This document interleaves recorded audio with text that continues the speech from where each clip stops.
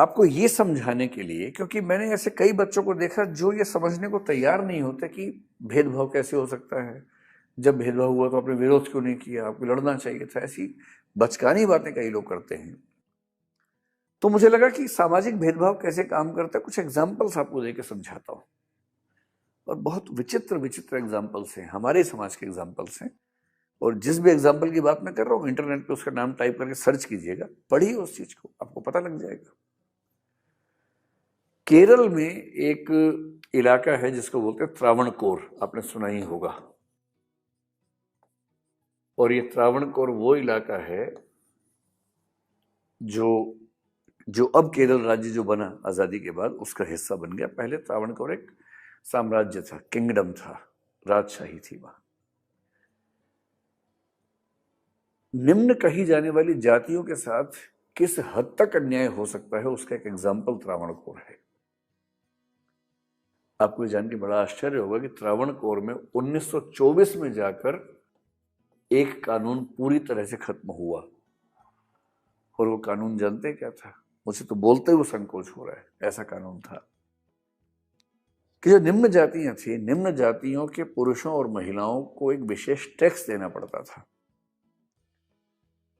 पुरुषों का था हेड टैक्स, सिर का टैक्स। इसका मतलब ये हुआ कि वो अगर अपने सिर को सीधे सीधे लेके चल रहे हैं, उसको कुछ छिपा, मतलब एक खास तरीके से प्रेजेंट कर रहे हैं, तो उनको टैक्स देना पड़ता था। ये तो खैर बहुत अजीब सा नहीं लग रहा होगा, जो ज्यादा अजीब है वो अब बताता हूं। त्रावणकोर के राज्य में निम्न जाति की महिलाओं के लिए एक नियम था। और वो नियम ये था कि वो अपने शरीर के ऊपरी हिस्से को, यानी कि अपने सीने को, अपनी छाती को ढक नहीं सकती थी। और यदि पब्लिक प्लेस में, पब्लिक प्लेस की बात कर रहा हूं मैं, सड़क पे भी चल रही हैं, बाजार में भी जा रही हैं, तो वो अपने शरीर के ऊपरी हिस्से को ढक नहीं सकती थी। और यदि वो ढकना चाहें तो टैक्स देना पड़ता था। उस टैक्स का नाम था ब्रेस्ट टैक्स। और ये टैक्स केवल निम्न जाति की महिलाओं पर लागू होता था, दलित और कुछ जो ओबीसी आते हैं उसमें। उसमें एक जाति थी नाडार जाति, जो कि आज की भाषा में ओबीसी जातियों में आती है। एक जाति थी जो एझवा जाति, आपने सुना होगा, एक बहुत ही दलित वंचित जाति वहां की है, केरल की। उस एझवा जाति में एक कहानी चलती है, जैसे हम उत्तर भारत में लोग लक्ष्मीबाई की कहानियां सुन के बड़े होते हैं ना, वहां के बच्चे जिस महिला की कहानी सुन के बड़े होते हैं उसका नाम है नांगेली। कहीं मन करे तो इस महिला का नाम इंटरनेट पे टाइप कीजिए, गूगल पे, उसी कहानियां पढ़िए। क्या कहानी है मैं आपको बताता हूं। 1802-1803 की कहानी है। ये लड़की एझवा जाति से थी, जो कि दलित जाति थी, निम्न जाति थी। और इस जाति की महिलाओं के लिए जरूरी था कि वो जब पब्लिक प्लेस में चलें तो अपना शरीर का ऊपरी हिस्सा खुला लेके चले, कपड़ा उसके ऊपर ना रखें। कितना आप समझ सकते हैं कितना खराब लगता होगा। कुछ लोग कहते हैं कि उस समय केरल की कल्चर का ये सामान्य हिस्सा था, लेकिन अगर ये मजबूरी है और उच्च जाति की महिलाओं पर ये मजबूरी नहीं है तो कितना अजीब सा लगता होगा, कोई भी सोच सकता है। तो वहां महिलाएं नाराज होती थी, कसमसाती थी, परेशान होती थी, पर अब क्या करें जब सिस्टम ही ऐसा है, राजा का आदेश है, सैनिक हैं, पुलिस है, वो सब सिस्टम ऐसा है, तो क्या करें। इस लड़की से बर्दाश्त नहीं हुआ और एक ऐसा प्रसंग हुआ कि इससे जब टैक्स मांगा कि इसने टैक्स देने से मना कर दिया और ये कहा कि मैं तो अपने शरीर को ढक के चलूंगी। बहुत विरोध हुआ, उच्च जातियों की तरफ से विरोध होने लगा कि ये क्या सिस्टम है, ये तो निम्न जातियां इस तरह से बर्ताव करेंगी तो हमारा उच्च होने का मतलब क्या रहेगा।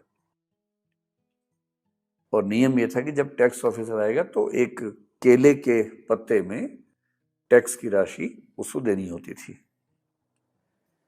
तो जब इसने मना कर दिया तो बात खूब फैलने लगी, राजा तक बात चली गई। फिर नाराजगी बढ़ने लगी राज्य में। तो राजा ने कहा टैक्स ऑफिसर को कि इनके घर पे जाओ, टैक्स वसूल के आओ।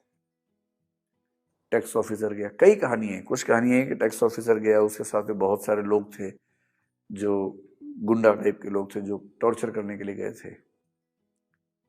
और वहां जाके इतना उसको मतलब परेशान किया गया, हरास किया गया कि तुमको टैक्स देना ही होगा और नहीं तो तुम्हें पब्लिक प्लेस में ऊपर के हिस्से में कपड़े रखने का अधिकार नहीं होगा। अंत में ये महिला अपने घर के अंदर गई बहुत नाराज होकर। टैक्स ऑफिसर को लगा कि अभी टैक्स लेके आने वाली है, और थोड़ी देर के बाद जब वो आई तो लोग दंग रह गए। उस महिला ने क्या किया कि चाकू से अपने स्तनों को काट के उस पात्र पर रख के सामने पेश किया। उसने कहा पैसे मेरे पास है नहीं और मैं अब ये नहीं झेल सकती कि मैं समाज में इस तरह से चलूं, तो इससे अच्छा है कि मैं अपने शरीर का हिस्सा ही काट देती हूं जिसको लेके इतना झगड़ा है। इतना खून बहा कि उसके कुछ घंटे में उसकी मौत हो गई। पूरे राज्य में हड़कंप मच गया और जब इस महिला को जलाया गया तो कहने वाले कहते हैं, कुछ इतिहासकार मानते हैं कुछ नहीं मानते हैं, कि इसके पति ने भी चिता में कूद के अपनी जान दे दी और एक तरह से सती प्रथा का रिवर्स एक मेल एग्जाम्पल वहां पर दिखाई पड़ता है। केरल के जिस इलाके में ये महिला थी उस इलाके में आज लगभग उसकी पूजा होती है। आज भी वो घर वैसा का वैसा है, कुछ टूरिस्ट लोग जाते हैं देखने के लिए। उस गांव का नाम भी ऐसा है जो संकेत करता है कि इस घटना से इसका कुछ लिंक था। इतना विरोध हुआ कि राजा को अगले दिन घोषणा करनी पड़ी उस जाति की महिलाओं को इस पीड़ा से मतलब उसने रोक दिया और कहा कि अब आपको ये टैक्स देने की जरूरत नहीं है। लेकिन सबके लिए नहीं, उस समुदाय के लिए ऐसा हुआ। उसी राज्य में दूसरा समुदाय था नाडर समुदाय। इस पर भी यही नियम लागू था महिलाओं पर। इनको भी खराब लगता था। अब कितना अजीब समाज है कि निम्न जाति का होने की वजह से महिलाओं को इतना भी हक नहीं कि वो अपने स्तन को ढक सकें। कितनी बदतमीजी एक समाज में हो रही है, पर ये वहां पर चल रहा था। और उच्च जाति के पुरुषों के सामने विशेष रूप से ये ध्यान रखना होता था कि वस्त्र न पहने जाएं ऊपर के हिस्से में। ये सम्मान सूचक था कि निम्न जाति के लोगों ने सम्मान का भाव दिखाया उच्च जाति के लोगों के प्रति। अब अगर ऐसा सिस्टम, और ये जितनी बातें मैं आप कह रहा हूं आप सब इंटरनेट पर सर्च कीजिए, ठीक से पढ़िए इनके बारे में, आपको सब तथ्य मिल जाएंगे इस बारे में।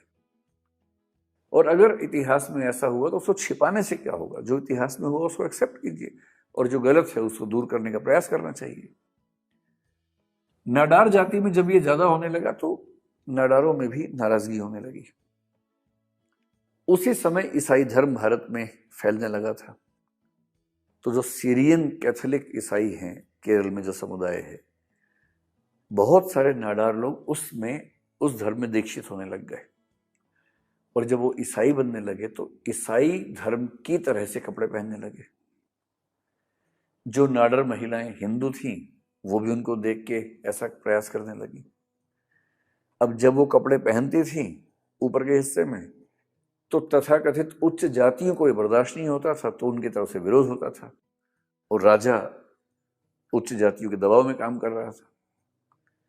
तो वहां पर सोशल टेंशन होने लगी, सामाजिक तनाव। सोचिए, सामाजिक तनाव इस मुद्दे पर हो गया कि निम्न जाति की महिलाओं को अपने शरीर पर कपड़े पहनने का हक है कि नहीं, इस पर झगड़ा हुआ। और फिर 1850s में आते आते ये तनाव इतना बढ़ा कि 1859 में एक बार 2 नाडर महिलाओं को इस आरोप में कि उन्होंने शरीर के ऊपरी हिस्से पर कपड़े पहने हुए थे, इस आरोप में उनको फांसी पर टांग दिया गया। और जिस दिन ये घटना घटी उस दिन नाडर समाज ने एक विद्रोह किया, बहुत बड़ा विद्रोह किया। और उस विद्रोह का परिणाम यह हुआ कि राजा को उसके तुरंत बाद घोषणा करनी पड़ी और नाडर महिलाओं को यह अधिकार देना पड़ा कि वो अपने शरीर पर कपड़े अपनी इच्छा से पहन सकती हैं। हालांकि उसमें भी स्पष्ट था कि उच्च जाति की महिलाएं जिस तरह से कपड़े पहनती हैं उस स्टाइल से नहीं पहनेंगी, ऐसा आदेश आया। हालांकि उस आदेश का बहुत महत्व था नहीं, उसको महत्व दिया भी नहीं गया। ये मैं एग्जाम्पल बता रहा हूं। अमेरिका में श्वेत अश्वेत के मामले में ऐसे हजारों